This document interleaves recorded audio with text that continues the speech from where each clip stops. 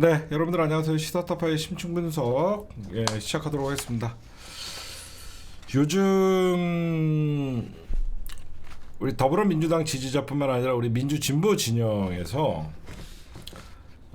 기쁨과 그 이면에는 좀 불안함 이런 것들이 있는 것 같아요. 왜 그러냐면 저쪽에서는 계속 이재명 당대표를 인질 삼아서 계속 무슨 검찰이 기소를 하고 그러다 보니까 우리는 아무것도 아닌데 왜 기소해 이렇게 떠들지만 내심 저들은 인간이 아니기 때문에 무슨 짓을 할지 모르기 때문에 불안한 마음도 있습니다.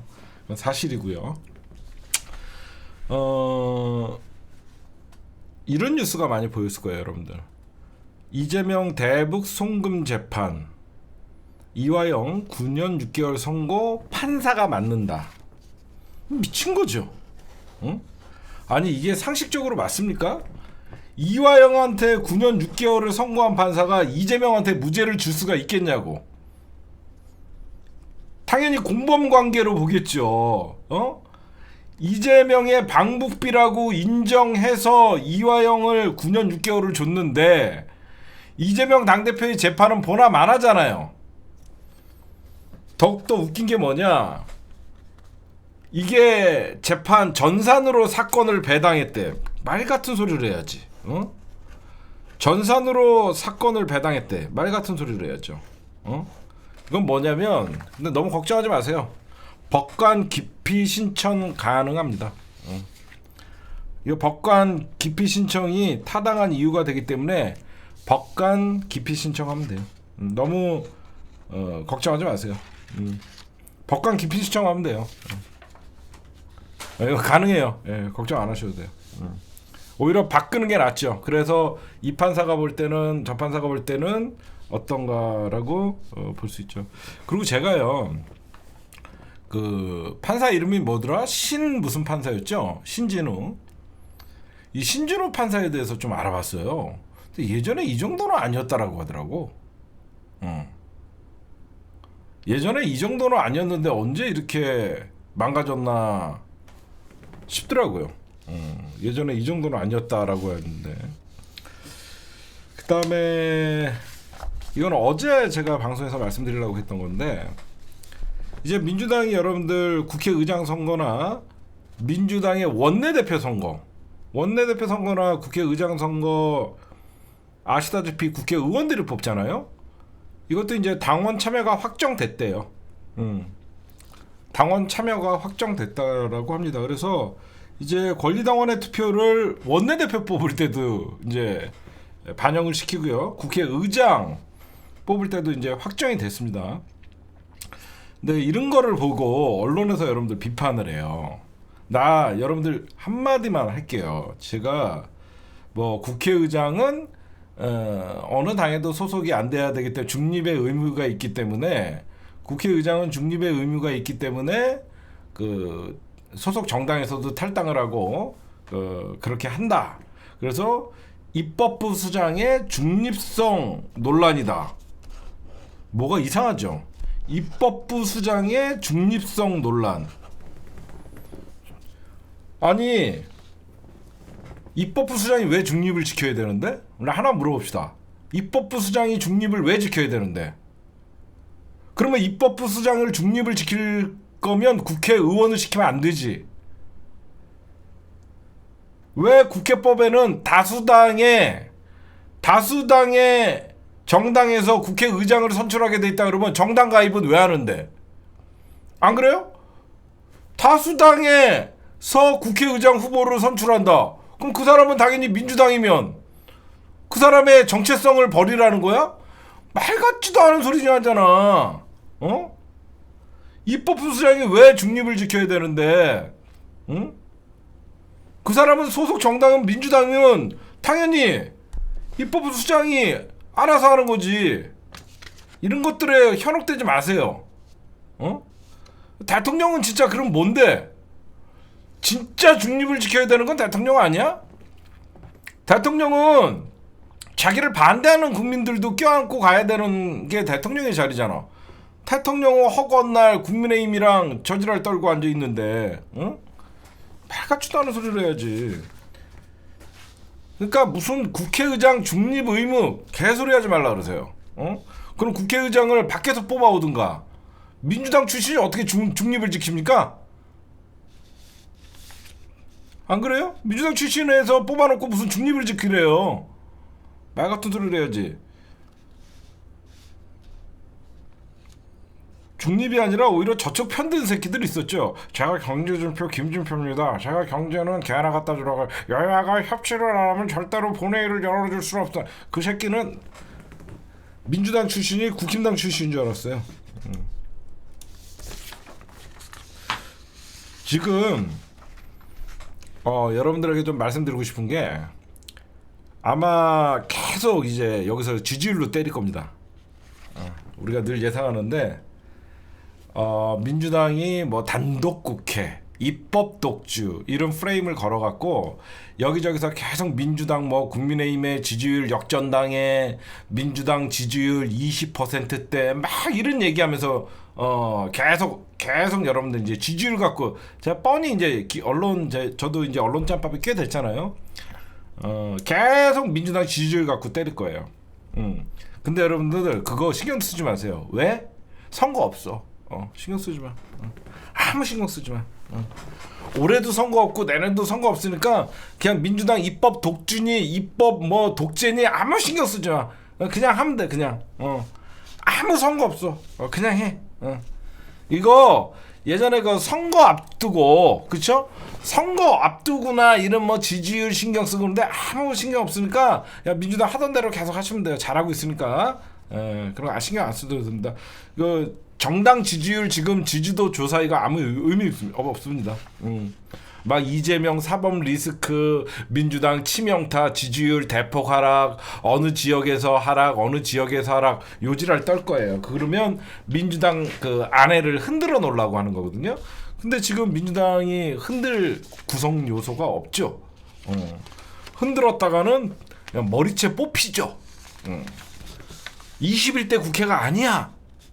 조중동 신문 들고 들어오던 최고위가 아니야. 그때가 아니야. 지금 민주당은 강하게 나가면 박수를 받고 나를 따르라 하면서 진격하는 사람들에게는 무한 박수고 너 같으면 가겠냐라고 해서 멈칫하는 새끼들은 거의 사망이야. 그러니까 여러분들은 신경 쓰지 말아라. 그다음에 저희는 심층 분석을 하면서도 대안을 여러분들에게 드리고 있습니다. 지금 여기저기서 이제 첫날 국회에서 과방위가 열렸었죠. 그리고 어제는 여러분들 법사위가 열렸습니다. 법사위가 열렸는데 제가 여러분들에게 저거 말씀드렸잖아요. 특검법이나 이런 법안 상정 말고도 국정조사나 청문회를 조질 수 있다. 그게 이제 실질적으로 하고 있는 거거든요. 그게 무슨 말이냐면 어제 민주당이 이제 상임위원장들의 힘을 발휘했죠. 어제 법사위 같은 경우에는 야 법무부 장관, 박성재 장관 나와 부르는 거예요. 법사위는 대검, 법무부 이런 데를 다 관할하고 있잖아요. 주요 지청장들을 다 관할하잖아요. 그러면 보건복지위는 어디를 하고 또 과방위는 어디를 하고 해서 민주당이 거기에 있는 주요 인사들을 국회에 질문을 하기 위해서 불렀는데 이 새끼들이 다 안 들어요. 예를 들어서 지금 석유 뭐 터졌다. 갑자기 자고 일어났더니 산유국 됐잖아요. 그래서 산업부 장관 너 나와라 만약에. 근데 지금 어떤 일이냐면 민주당이 거의 뭐 그걸 뭐라고 하냐면 부처 업무 보고를 받는다고 얘기합니다. 부처 업무 보고는 당연히 행정부가 국민을 대표하는 국회에다가 보고할 의무가 있는 거예요. 부처 업무 보고라고 하는데 지금 민주당이 거의 이제 11개 상임위에서 너희들 22대 국회가 시작됐으니까 부처 업무 보고하러 와라. 뭐 어디 차관 와라. 누구 와라 이랬는데 이 새끼들이 전부 쌩 깠어요. 왜 쌩 깠냐? 민주당 즉 국회에서 부르는데 행정부의 공무원들이 안 왔어요. 있을 수도 없는 일이죠. 그렇죠? 국회를 얼마나 무시했으면 국회 대한민국 국민의 대의기관이라는 국회에서 불렀는데 이것들이 다 쌩깐 거예요. 그랬는데 이놈들이 어디가 있는 줄 아세요? 국힘당에서 지네끼리 국회 만들었잖아요.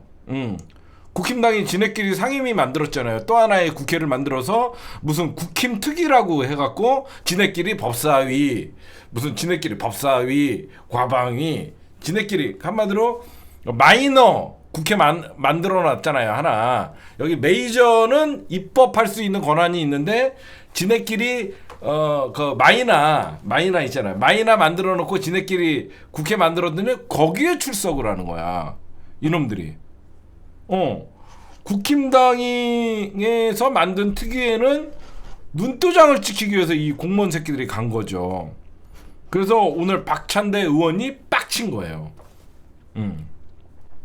그래서 박찬대 의원이 이것들 봐라, 공무원들 너희들 가만 안 둬. 그럼 어떻게 조지면 되냐? 여러분들 뭐가 있냐? 왜 얘네 공무원들이 지금 쫄았냐? 국회에는 청문회라고 있습니다. 이것들 딱 깔렸죠. 민주당이 예를 들어서 법무부 장관이 법사위에 안 와. 청문회가 여러분들 얼마나 센 거냐면요. 법무부 장관 출석해. 근데 안 와. 그러면 민주당은 동행명령권과 고발권이 있습니다. 그래서 출석을 안 하면 어떻게 되냐? 3년 이하의 징역이나 최대 3천만 원의 벌금에 처해요. 그러니까 안 오면 이 새끼 안 와? 그럼 동행명령권. 그래서 숨었어. 예전에 만약 화장실에 숨어서 안 나타나. 그러면 이 새끼 봐. 그럼 바로 고발을 합니다. 고발을 하면 이건 당연히 국회에서 고발하면 이건 그냥 못 넘어가거든요. 3년 이하의 징역이나 3천만 원의 벌금에 처할 수 있어서 제가 저번에 얘기했잖아요. 벌금 내고 안 오면요, 너 같으면 3천만 원씩 한 5번 내겠냐? 안 내지? 계속 부르지. 쌓이는 거지. 동행 명령 안 하면 이건 여러분들 잣대는 거거든요.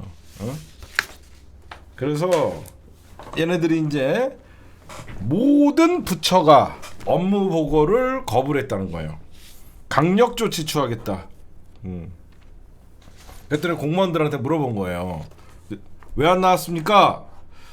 국힘당의 지도부의 지시사항입니다. 좀 국회를 우습게 보십니까?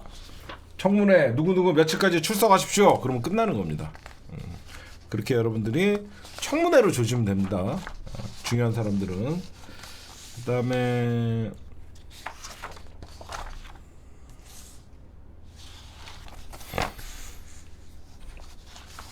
요거 좀 얘기할게요. 지금 오늘 뉴스나 어제 뉴스나 계속 민주당이 법안을 상정했다. 그래서 민주당이 22대 국회가 개원되자마자 최혜병 특검법을 발의를 하고 민생 법안으로는 25만 원의 법도 속도 조언을 하고 있는데, 지금 정확히 얘기하면 22개의 법안과 1개의 결의안을 당론으로 채택한 뒤에 김건희 여러분들, 김건희나 최혜병이나 방송법이나 이게 다 윤석열이가 거부권을 행사했던 거잖아요. 김건희는 지금 사실상 잣된 거예요. 사실상 주가 조작 하나의 김건희 특검법이 있었죠. 지금 김건희 특검법은 디올백 양평 고속도로 뿐만 아니라 얘는 논문 표절까지 다 들어갑니다. 그러니까 특검법을 거부하면 할수록 왜 이렇게 플러스 돼갖고 법안이, 여러분들 만약에 김건희 특검법을 요번에 상정을 했어. 윤석열이 또 거부권 행사했어. 재표결에서 거부권 행사 빠지잖아요. 또 해도 돼요. 아니 또 해도 된다고. 어떻게 또 하면 되냐면 범죄를 하나 더 추가하면 돼요. 김건희는요 수많은 범죄를 저질렀기 때문에 요번에도 여러분들 김건희 특검법을 다시 상정할 수 있는 게 기존에 있던 내용과 다른 거기 때문에 김건희 특검법이 올라가는 거잖아요. 그래서 지난번에는 주가 조작만 가지고 했는데 거부? 그래? 그러면 이번에는 디올백. 디올백 또 거부? 그러면 양평 고속도로 거부? 또 올려. 너 술값 함부로 많이 받은 거. 죄송합니다. 이건 농담이고요. 그 다음에 논문 표절. 응. 논문 표절 하나씩 올리면요. 나중엔 진짜 그래서 종합특검이 되는 거예요. 응. 이거는 계속 올릴 수 있는 거예요. 응. 그러니까 언제까지 너 거부권 행사하냐. 우리는 김건희 특검법이라고 쓰고 대통령 특검법이라고 읽으면 됩니다. 그렇죠? 김건희 특검법이라고 쓰고 대통령 특검법이라고 쓰면 돼요. 김건희가 대통령이에요. 방송법도 마찬가지입니다. 민주당이 처음에는 방송 3법이라고 얘기했어요. 방송 3법에는 여러분들 잘 아시겠지만 혹시나 해서 제가 좀 설명을 드리면 방송법, 방송문화진흥법, 한국교육방송법 이거 좀 쉽게 얘기해 줄게요. 한국교육방송공사법은 EBS를 얘기하는 거고요. 방송문화진흥법은 공영방송지배구조법 이런 거거든요.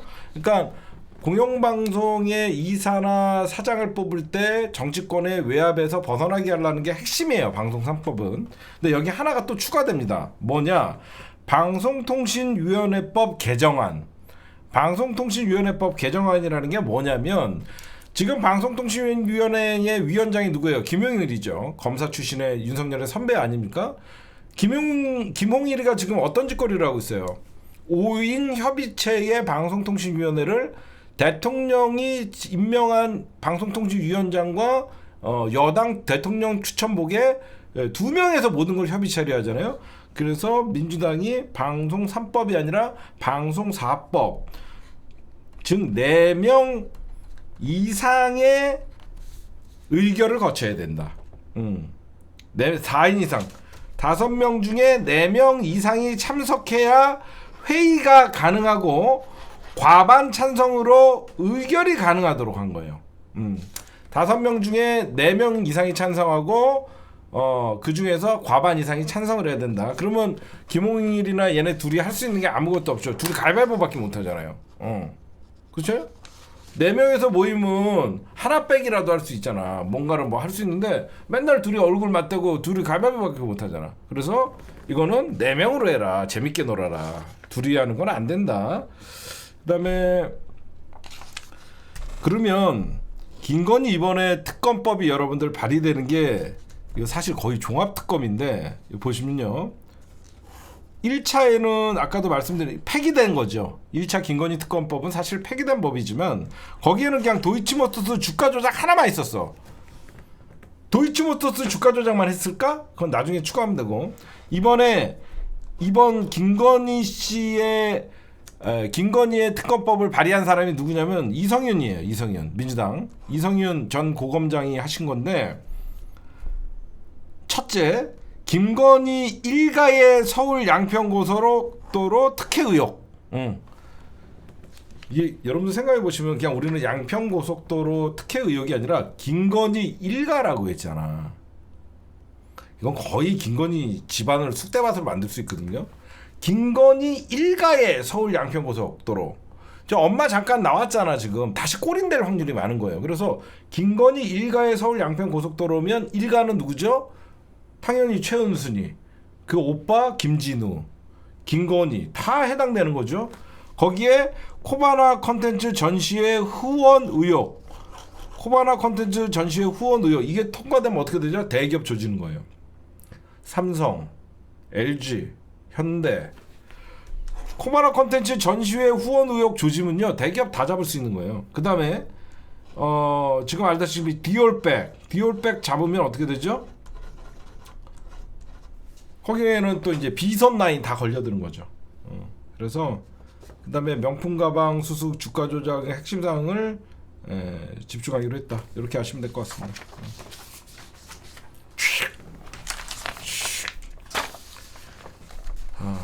그 다음에 오늘 전현희 발음 조심하시고요. 전현희 의원이 대통령 거부권 제한법을 발의했어요. 어떤 분이 그걸 물어보시더라고요. 전현희 의원이 왜 법사위예요? 라고 물어보시더라고요. 여러분들 전현희 의원은요 의사 면허와 변호사 면허를 동시에 갖고 있는 사람이에요. 되게 특이하신 분이죠. 의사 면허도 합격하신 분이고요. 사시도 합격하신 분이에요. 의사 면허도 있어요. 모르는 분들이 꽤 많더라고요. 전현희 의원님은 의사 면허도 있고요. 치과 의사. 그 다음에 사시도 학교 가셔갖고 변호사도 2개를 갖고 계세요.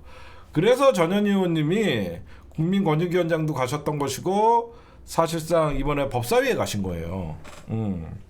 뭐 이런 분들 저랑 좀 비슷한 분들이에요. 공부가 제일 쉬웠어요. 그쵸? 예. 이런 분들은 공부가 제일 쉬웠어요라고 얘기하시는 분들이니까 뭐 변호사 시험도 그냥 한 번에 그냥 시험 봐갖고 그냥 붙고 의사 시험도 이렇게 뭐 붙고 그렇게 하는 거죠. 그러니까 이과 문과 그런 거 없죠. 이 사람들은 그냥 공부가 쉬운 거니까. 그래서 오늘 전현희 의원이 법사위잖아요. 뭘 했냐면요. 대통령 거부권을 제한한다. 그러니까 이해충돌 방지법이에요. 모든 대통령의 거부권을 여러분들 다 제한한다는 게 아니라 대통령이 본인 또는 가족 등을 대상으로 한 법률안에 대해서 그런 특검이나 그런 거에 대해서는 이거는 공직자의 이해충돌 방지법과 부딪힌다. 그래서 이거는 거부할 수 없도록 이거를 올린 겁니다. 그러면 여러분들이 이건 당연히 여러분들 올리면 윤석열이가 거부권을 행사할 거 아닙니까? 그쵸? 이건 왜 한 거냐면요. 특검의 명분을 높이기 위해서 민주당이 사전에 작업을 하는 거예요. 이 법안을 또 거부권을 행사할 거란 말이에요. 그쵸? 당연히 대통령 거부권 제한법 발의를 윤석열이가 또 국회에서 통과가 됐는데 윤석열이가 또 재표결을 해서 날리면 어떻게 되냐면 많은 사람들이 그러죠. 아니 대통령의 어떤 고유의 권한인 거부권을 박탈하는 게 아니라 가족에 관한 거는 과거에 이명박도 그랬고 이명박도 지 이상득 지 형의 사건도 그랬고 그 누구도 가족에 관한 의혹의 사건들에 대해서는 거부권을 행사를 한 적이 없는데 유독 윤석열만 지금 최혜병 사건을 우리가 좀 사실 하나 바로잡고 갈게요. 겉으로는 최혜병 사건이 윤석열을 겨냥하지만 최혜병 사건의 핵심은 저는 김건희라고 생각합니다. 모든 대한민국에 이해가 되지 않고 잘못된 것들의 배후에는 김건희예요. 최혜병 사건의 그림자도 김건희가 보여요. 근데 이 최혜병 사건의 공식적인 비공식 대통령은 김건희지만 공식적인 대통령이 윤석열이기 때문에 최혜병 특검은 윤석열을 겨냥하는 것이고 결국은 김건희 대통령의 어떤 이 특검 김건희 특검은 대통령 특검이 실질적으로 저쪽에서 벌어지는 거고 이거는 누가 봐도 모든 뉴스가 그러겠죠. 네, 더불어민주당의 법사위원인 전현희 의원이 대통령의 거부권 제한법을 발의했는데 사실상 대통령 자체가 이 법을 또다시 거부했습니다. 자세한 취재는 MBC 뉴스에서 방금 뛰쳐나온 장인수 기자가 보도합니다. 안녕하십니까, 장인수입니다. 민주당에서 발의한 대통령 거부권을 또다시 윤석열이 거부권을 거부한다 라고 하면서 거부권을 행사했습니다. 이로써 본인에게 향하는 최혜병 특검의 거부권과 본인의 배우자를 향하는 김건희 특검법은 또다시 좌초될 위기에 놓였습니다. 자세한 내용은 뭐 이렇게 하는 거죠. 그래서 그럼 민주당이 윤석열은 본인에 대한 사건, 부인에 대한 사건은 절대 안 하겠다라고 얘기를 하고 있기 때문에 이거는 그러면 특검을 해야 된다. 왜 여러분들 이런 것들이 자꾸 중요하냐면 굉장히 대통령이 괴로운 거죠. 그렇죠? 보시면 대통령 거부권을 제한한다. 어떻게 보면 대통령이 생각만 있으면 당연하죠. 제 주위에서 무슨 일이 있는 거는 제가 그거를 받아들면 안 되죠. 이렇게 이건 사실 대통령한테 오히려 깨끗한 대통령을 만들어주기 위한 법이잖아요. 그걸 거부하는 순간 국힘당 애들 여러분들 22대 국회에서 이제 딜레마가 오는 거예요. 막 초선들 무슨 얘기 하겠어요. 저는 그래도 보수 정치를 좀 하고 싶어서 들어왔는데 허구한 날 투표야, 씨발. 허구한 날 투표. 허구한 날 들어가서 투표해야 돼. 반대 누르라고요? 허구한 날 맨날 거부, 반대. 얘네들 여러분들 지금 제가 국힘당 초선 의원들 요즘 좀 들었어요. 국힘당 초선 의원들이 뭐라고 하시는 줄 아세요? 자기는 아직 22대 국회 로텐더 홀까지만 들어가 봤대요. 지금 국회에 당선되었고 국회가 개원한 지 이제 2주 정도 흐르고 있는데 로텐더 홀까지만 가봤대요. 본회의장을 안 들어가 봤대요. 그래서 민주당 의원들이 너무 상심하지 말아라. 지금 어쩔 수 없이 본회의장은 뭐 국힘당 그 지도부에서 반대하니까 못 들어오겠지만 좀 있으면 우리가 최혜병 특검 상정하면 거부권하면 표결할 때 들어와야 된다. 민주당이 이렇게 어깨 떠닥떠닥 했으면 괜찮아, 좀 있으면 자동으로 들어올 수밖에 없어. 재표결할 때 안 들어오면 니네 잣대기 때문에 그때는 아마 다 들어가라 그럴 거야. 그래서 어쩔 수 없이 들어올 수밖에 없는 상황이다라고. 왜 했는지 아시겠죠? 최병 특검이나 김건희 특검법을 겨냥해서 대통령 거부권 행사를 제한한다는 법안을 발의한 것이다. 알겠죠? 최병 특검, 김건희 특검을 사실상 염두에 두고 대통령 거부권 행사 제한법을 발의한 것이다. 여러분들 그렇게 하시면 될 것 같아요. 그다음에 이왕 얘기한 거 이제 저거 좀 얘기할게요. 결국은 윤석열은 의회의 어떤 사건에서 무너진다. 제가 여러분들에게 암시를 좀 해드릴게요. 윤석열이 날아갈 수 있는 방법은 여러 가지가 눈에 보이는데 가장 여러분들이 보셔도 최혜병 사건. 왜냐하면 최혜병 사건이 특검이 통과될 가능성이 제일 높은 거거든요. 최혜병 사건. 그 다음에 디올백 사건. 여러분들이 생각할 때 디올백은 그렇죠? 디올백은 그냥 뭐 처벌 조항이 없지 않냐 이렇게 생각하지만 이제 하나씩 얘기해요. 최혜병, 디올백, 그 다음에 결국은 김건희. 이 세 개의 다 특징이 뭐죠? 세 개의 특징이 뭐죠? 다 배후에는 김건희예요. 왜 그러냐? 여러분들 알다시피 최혜병 사건의 가장 핵심은 딴 거예요. 뭐 경로했다 이런 거 다 중요하지 않아요. 최혜병 사건의 핵심은 왜 임성근 사단장을 국방부 조사위나 박정훈 대령이 수사단장이 수사했을 때 임성근 사단장은 분명히 피고인으로서 경찰에 이첩하는 대상이었는데 왜 임성근을 빼기 위해서 누가 로비를 한 것이냐. 핵심이에요. 지금 제가 내기한 게. 대통령이 뭘 알아? 안 그래요? 잘 생각해봐요. 대통령이 경로했어. 뭐 누군가의 무슨 소리를 듣고 경로한 거 아니야? 오빠, 임성근은 내가 잘 아는 그 언니 남편이야. 그 다 빼야 돼. 당신이 잘 아는 사람입니까? 그럼 제가 알아서 처리하겠습니다. 이거 아니야. 그쵸? 임성근이를 왜 빼려고 해서 경로를 하고 입첩된 사건을 가져오고 이시원이가 전화를 하고 누가 왜 외압을 가리고. 여러분, 제가 농담같이 얘기하지만 윤석열이가 어디서 그 얘기를 들었겠냐고. 냉정하게 생각해봐.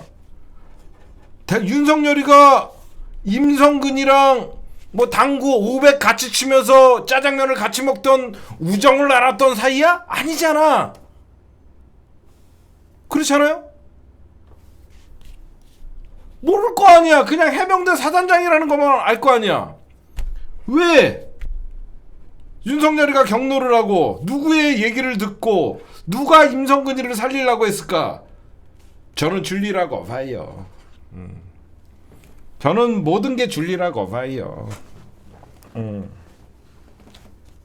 그 다음에 가장 중요한 거는 어떤 놈이 박정훈 대령을 제거하려고 했냐. 이게 두 개야. 근데 그 배후에는 지금 제가 여러분들 우스갯소리로 얘기하지만 이미 나오고 있습니다. 제가 여러분들 정치를 볼 때 봐봐요. 박정훈 대령을 누가 고소했어요? 박정훈 대령을 국방부에서 했죠. 그렇죠? 박정훈 대령을 국방부에서 항명죄로 고발했잖아요. 응? 오히려 박정훈 대령 재판에서 진실이 드러나는 거예요. 그래서 얘네들이 이게 문제가 되는 거예요, 지금. 박정훈 대령 재판이 없었으면 진실이 드러나지 않아요. 오히려 박정훈 대령의 항명죄를 조사하다 보니까 나는 항명하지 않았다. 그렇죠? 나는 항명하지 않았고 첫 번째 절차대로 수사했다. 국방부의 조사를 나는 대통령실의 외압을 느꼈다. 바보들이죠. 그렇죠? 이게 박정훈을 찍어내려다가 윤석열이 찍히는 상황이 돼버린 거예요.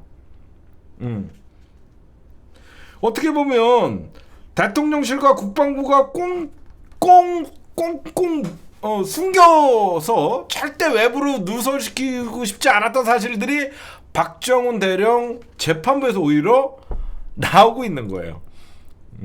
그래서 이 재판이 굉장히 그래서 중요한 겁니다. 그래서 핵심 인물인 유재은 국방부 법무부 관리관들 다 증인 출석해야. 왜? 이 재판은 온 국민이 예의주시하고 있잖아요. 그렇죠? 이 재판은 온 국민이 예의주시하고 있기 때문에 재판부도 이 사건을 함부로 할 수가 없어요. 왜? 이 사건은 공수처도 들여다보고 있거든요. 검사들과 재판부, 그러니까 판사도 잡아갈 수 있는 게 공수처고 검사도 잡아갈 수 있는 게 공수처인데, 공수처 수사와 지금 현재의 어떤 재판이 벌어지고 있기 때문에 오히려 최근에 확인되고 있는, 계속 여러분들께 언론이 취재를 해서 보도하는 게 아니에요. 재판에서 드러나는 겁니다. 그렇죠? 결국은 이 사건을 계속 박정훈 대령을 처단하기 위해서 항명죄로 재판부에 회부했는데, 오히려 드러나는 거는 대통령실의, 그리고 대통령의 노골적인 수사 개입이 드러나는 거죠. 처음에 그랬잖아. 대통령실은 통화한 사실도 없다. 그러다가 나중에는 경로서를 인정하면서 나중에 말 바꾸잖아. 잘못을 바로잡은 것이다. 계속. 여러분들, 그러면 이게 개정군사법원이 이게 뭐냐면요. 내가 기억이 안 나는데 예전에 누구죠? 그 군 사망 사건 김 무슨 중사인가요? 누구 중사인가? 그거 아시는 분이 있죠?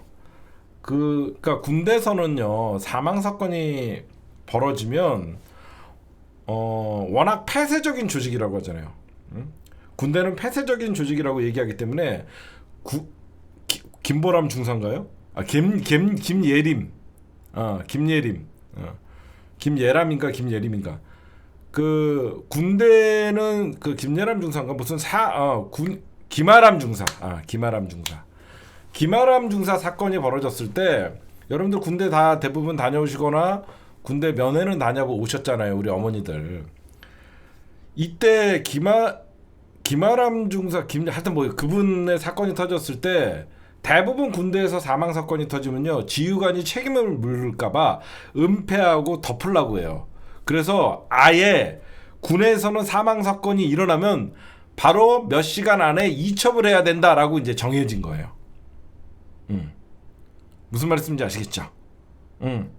지금은 모든 군에서 사망 사건이 벌어지면 뭐 며칠 안에 군에서 간단하게 조사를 하고 경찰로 무조건 외부에서 조사를 하게끔 만들어서 박정훈 대령이 그 규칙에 따라서 해병대 수사에서 어느 정도 수사를 한 다음에 바로 외부에다 넘긴 건데, 그거를 다시 갖고 온 거예요. 그렇게 여러분들 아시면 돼요. 그러면 제가 여러분들 말씀드리고 싶은 건, 앞으로 박정훈 대령 사건에서 이 최혜병 사건에서 가장 저는 윤석열 탄핵 사유가 나올 게 대통령실의 개입보다 더 심한 게 뭐냐, 김건희의 국정농단이 나올 겁니다. 저는 그렇게 생각해요. 저는 결국은 우리는 김건희의 국정농단이 다른 데서 나올 거라고 생각하지만, 저는 박정훈 대령의 사건에서 김건희의 국정농단이 터질 거라고 봐요. 앞으로 밝혀질 거는 임성근 사단장을 왜 누가 어떤 강력한 힘이, 이건 윤석열보다 더 센 힘이 발생해서 국방부가 움직이고 대통령이 격노하고, 안 그래요? 대통령이 격노하고 국방부가 움직일 수 있는 큰 힘을 가진 사람은 김건희밖에 없습니다. 제가 볼 때는. 제 생각이에요. 이거는 나도 살아야 되니까. 저는 이 공수처나 지금 특검도 말은 안 하지만 수사 대상은 임성근에게 누가 로비를 했냐, 임성근 살리려고 대통령실에 누가 지시를 했냐, 어떤 라인이 움직였냐. 저는 김건희 라인이라고 봐요. 결국은 박정훈 대령을 제거하려다가 박정훈 대령 재판을 통해서 많은 새로운 사실이 공개되는 자층수를 둔 거예요.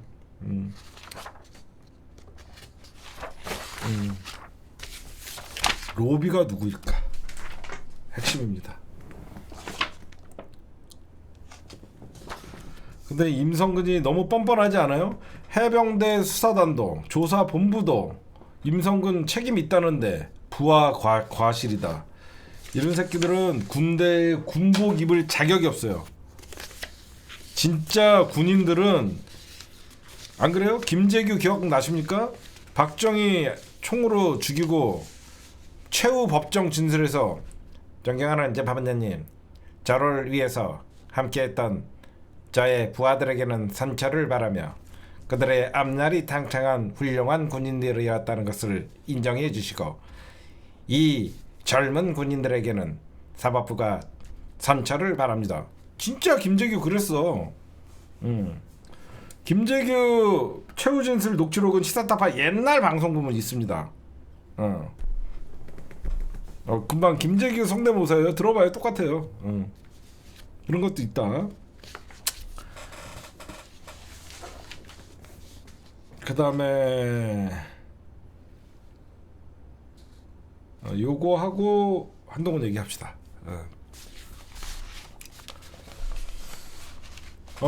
디올백. 나는 여러분들 권익위를 제가 권익이라고 얘기했죠. 이거는 우리가 이렇게 가만히 있으면 안 되고요. 권익위를 직권남용으로 고발해야 됩니다. 이거는 지금 권익위를 직권남용으로 고발을 해야 됩니다. 지네가 자의적으로 해석을 해서 사실상 김건희에게 면죄부를 줬잖아요.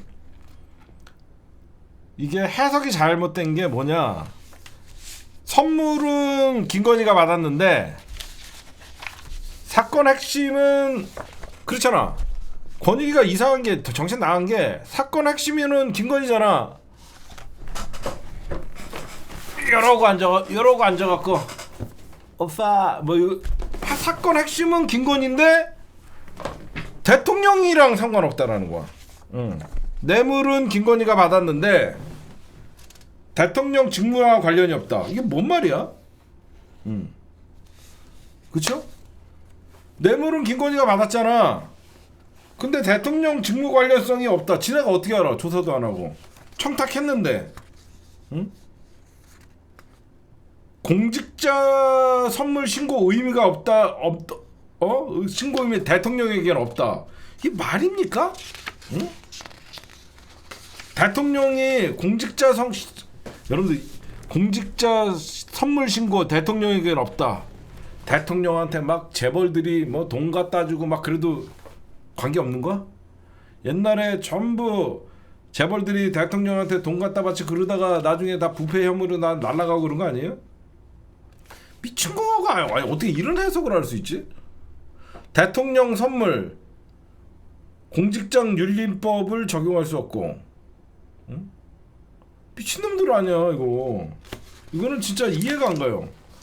아니 여태까지 여러분들 권익위가 어떻게 보면 국가의 부패를 가장 강하게 막아야 되는 부처인데 심지어 스승의 달 카네이션도 못 달게 했잖아. 공무원들한테. 일선 공무원들한테는, 선생님들한테는 스승의 달 스승의 날 카네이션도 안 된다고 했었어 권익위가. 스승의 날 카네이션도 안 된다 그랬던 권익위가 줄리 가방은 오케이. 이러면 공무원들이 가만히 있을까? 부글부글 끓겠죠. 누구는 카네이션도 받으면 안 되는데 누구는 샤넬 화장품에 디올백에 참 하위직 공무원들은 탈탈 털고 얘는 그냥 만사 오케이고 일선 공무원들은 3만원짜리 밥만 넘게 먹어도 난리를 치고 부정부패라고 하면서 기지격업을 하는데 줄리는 비행기 탈 때는 무슨 바이바이 플라스틱 이런 조그만 백 들고 나가서는 디올 매장 다니고 도라이가 갑자기 대통령 부인이 아니라 대통령이죠. 여러분들에게 말씀드릴게요. 디올백 사건은 자꾸 여러분들 백에만 집중을 하시는데요. 디올백 사건의 핵심은요 국정농단이에요. 아까 우리 저널리스트 장인수 기자님도 아마 그런 얘기가 되게 하고 싶었을 거예요. 김건희 7시간의 녹취록이나 그걸 종합적으로 수십 번 들어보면요. 김건희는 자기가 지 입으로도 내가 정권 잡음이라는 얘기도 하잖아요. 김건희는 지금 스스로가 대통령이라고 생각해요. 김건희는요 여기저기 다니면서 그냥 전화 한 통하면 지가 세상을 움직인다고 생각해요. 응? 이거는 디올백 사건이 아니라 이 사건의 핵심은 국정농단이에요. 대통령 부인이 어떤 자기가 아는 지인에게 명품을 받고 청탁을 받아서 직접적으로 해결해주기 위해서 비서실을 연결해주고 이런 게 한두 개겠냐고. 국정농단이죠. 저는 모든 윤석열 정부에서 하는 어떤 이 정부 부처의 권익위, 감사원 이런 진짜 대한민국을 중심을 잡고 투명한 사회, 올바른 사회를 만들어야 되는 감사원이나 권익위가 이따위 짓을 하죠. 결국은 니네가 이거 잠깐은 막을 수 있어도 결국은 더 특검을 해야 되는 이유가 더 국민들에게 분노만 권익위 발표를 듣고 김건희 특검해야 된다는 여론이 더 높아지거든요. 제가 박근혜 정권이 몰락하는 모습을 여러분들이나 나나 많이 봤죠. 박근혜 정권이 몰락하는 모습을 여러분들이나 나나 TV를 통해서 많이 봤습니다. 이 감사원장 그리고 이 권익위원장 그리고 이 검찰 나부랭이 바지 새끼들 법무부 장관 이 수많은 윤석열에게 하달받은 어깨 완장들 니들은 공모자들이야. 지금이야 니들이 윤석열 정권과 함께하는 고위 공직자라고 소리를 듣지만 니들은 윤석열 정권의 공모자로 전락할 날이 얼마 남지 않았어. 그러잖아요. 응? 대통령실에서 임명해갖고 뭐 국민의힘의 윤핵관 니들도 역사 속에 심판받아야 할 새끼들이고 검찰, 감사원, 국세청, 사정기관 심지어 공영방송의 간부들, 사장 응? 니들이 지금 니들의 시대가 온 것 같지? 아니야. 니들도 무서워서 지랄하는 거야. 무섭기 때문에 방송을 장악하려고 하는 것이고 검찰을 장악하려고 하는 것이고 감사원을 장악하려고 하는 것이고 권익위를 장악하려고 하시는 것이고 그런 장악을 위해서는 니들 입맛에 맞는 사람들을 꽂을 수밖에 없는 거지. 결국은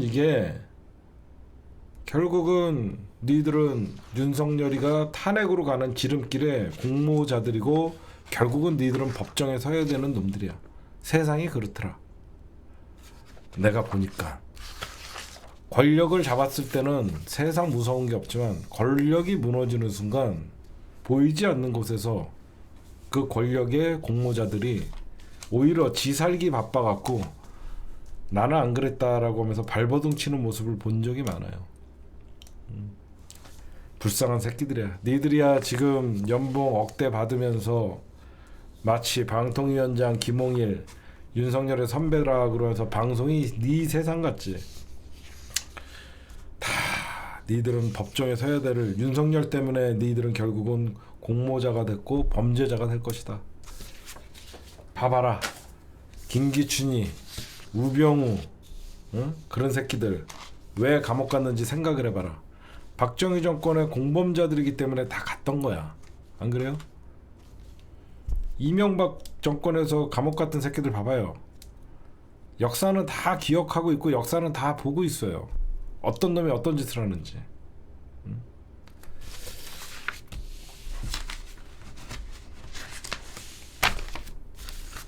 네, 오늘 1부는 여기까지만 할게요. 네, 여러분들 2부 시작하도록 하겠습니다. 국힘당은 정신 못 차렸습니다. 당규, 요번에 당원 당규 전당대회가 확정이 됐습니다. 민심 20% 반영한대요.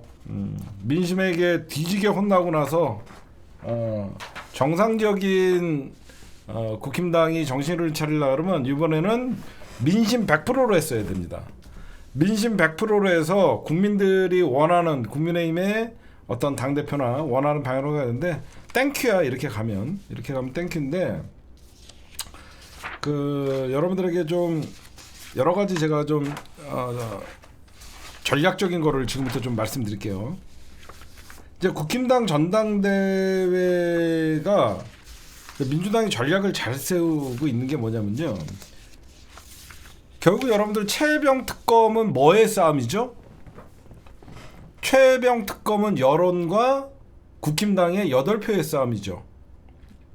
정확히 보시면 국힘당에서 8표가 반란표가 있어야만 재표결에서 최혜병 특검이 통과되죠.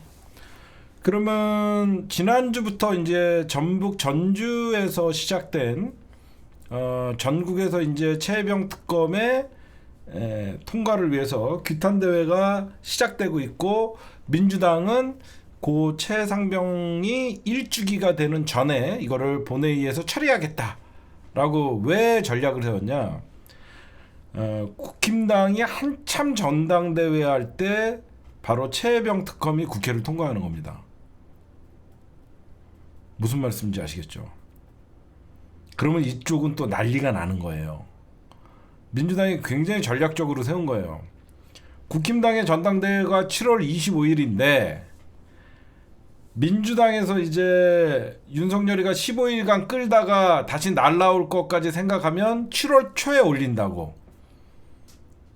이해가 가세요?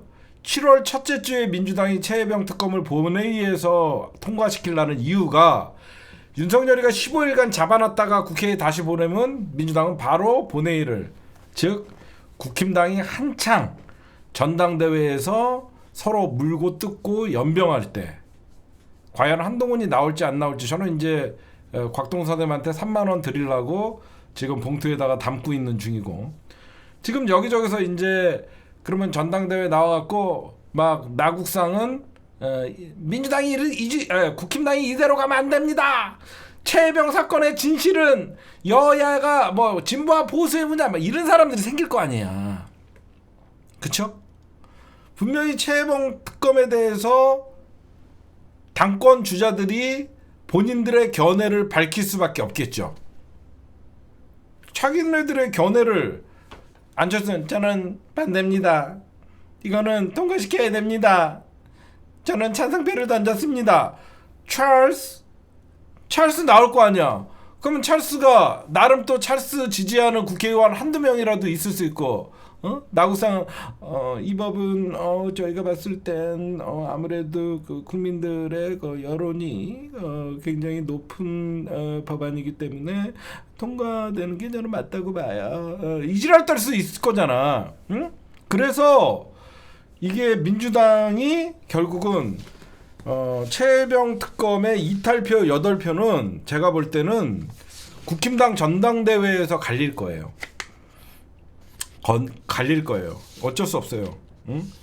민주당은 결국은 국힘당을 흔들어서 속도전이라 그랬잖아. 내가 그래서 일주기 전에 통과시키고 국힘당의 전당대회를 흔들어 놓을 수 있고, 그러면 왜 지난주에 최혜병 특검을 전주에서 시작하면서, 전북 전주에서 시작하면서, 왜 그건 여론 조성이거든요. 그게 무슨 말이냐, 이제 전북에서 시작해갖고 호남 갔다 부산 갔다 충청 갔다 결국은 경기 갔다 서울로 딱 오면 어떻게 되죠? 서울에서 제일 크게 고 최혜병 특검 일주기 규탄 대회 딱 하면 어떻게 돼요? 여론이 확 일어나죠. 여론이 확 최혜병 특검에 대해서 이거는 통과시켜야 된다라고 막 70%까지 올라가면 국힘당 전당대회에 영향을 미칠까요? 안 미칠까요? 당연히 미치겠죠. 그렇죠? 국힘당 전당대회에서 여론조사가 20%나 들어가고 여기저기서 이거는 통과시켜야 된다, 국힘당 지지자들도 이거는 통과시켜야 된다라고 하면 당연히 민주당이 그 날짜를 맞춰서 지난주에 전국 규탄대회를 전주에서 시작했고, 어디 전국 찍고 마지막에 서울에서 일주기 딱 할 때 여론에서는 최혜병 특검 통과 국민들 70% 이상이다 그러면 당연히 국힘당 전당대회에서 이것도 영향이 미칠 수밖에 없고요. 그래서 이 타임라인이 잘 맞아 들어가는 거예요. 7월 초에 반드시 본회의를 통과해서 윤석열이가 거부권 15일간 잡고 있다가 최대한 끌 겁니다. 그럼 빨리 보내야 20일이에요. 그렇잖아요. 민주당이 달력을 보면 7월달 여러분들이 달력을 한번 이렇게 보시면 국회가 7월 1일, 2일, 3일 사이 한 7월 3, 4일 날 통과시킬 겁니다. 3, 4일 날 통과시키면 15일 더하면 18일 날 돌아올 거 아닙니까? 그럼 19일 날 터트려, 뭐 20일 날 해도 되고, 그 전주 13일 날은 안 되고 송부가 안 되니까 20일 날, 그쵸? 토요일 날 최혜병 19일이잖아. 19일이니까 금요일 날 대대적으로 해도 되는데, 하여튼 요 타이밍을 잡는 거예요. 요 타이밍을 보는 거예요, 지금. 그러니까 민주당이 작전을 잘 세우고 있다. 총선 패배한 정당은 아니죠, 지금 하는 짓이. 지금 그리고 국힘당에서 여러분들 얼마나 웃긴 소리가 나오냐면, 국힘당의 중진들이나 지금 아까도 잠깐 여러분들에게 말씀드렸죠. 지금 국힘당 초선들요, 본회의장도 안 들어가 봤대요. 한 번도 안 들어가 봤지. 본회의장도 안 들어가 보고, 응? 본회의장 7월 17일이 재연절이 빨간 날인가? 7월 17일이 재연절 빨간 날이에요? 빨간 날이에요? 그럼 그때 쉬는 날 해도 되겠네. 빨간 날 아니에요? 그래서 지금 국힘당에서 어떤 얘기가 나오냐면, 야, 지금 자존심 챙길 때가 아니야. 상임위 7개라도 갖고 오자. 이게 제긴 큽니다. 중진들 여태까지 막 추경호가 막 뭐 친윤 세력들과 해갖고 뭐 강경하게 우리가 장외투쟁하다 막 그렇게 했더니, 나름 국힘당의 이제 영남을 중심으로 하는 중진들은, 아니 무슨 집권 여당이 장외투쟁을 하냐고, 그래도 싸워도 국회 들어가서 싸워야 되는 거 아니냐고 하면서 7개라도 갖고 오자, 7개라도 갖고 오자 이러면서 타협론이 고개를 들고 있다라는 여러분들이 뉴스를 보셨을 거예요. 이 11개가 그러면 왜 국힘당에서 나머지 7개를 갖고 와야 된다라고 하면서 타협론이 고개를 들고 좀 있으면 어떻게 해야지 출구 전략을 찾고 못 이기는 척 7개 먹으면서 들어오려고 하냐면요. 지금 자네들이 뭐 15개의 국민의힘 특위를 만들어 갖고 자기네들이 제2의 뭐 국회를 만들어서 운영하겠다라고 했는데, 여기는 입법 권한이 없잖아요. 아무 입법 권한이 없기 때문에 사실상 행정부가 뭘 하려고 해도 아무것도 못합니다. 결국은 국회에서 처리를 해야 돼요. 그러면 남은 7개 상임위가 굉장히, 여러분들 솔직히 나는 7개도 주지 않았으면 좋겠어요. 7개 얼마나 중요한 상임위가 지금 남아있냐면요, 국방위, 정보위, 기획재정위.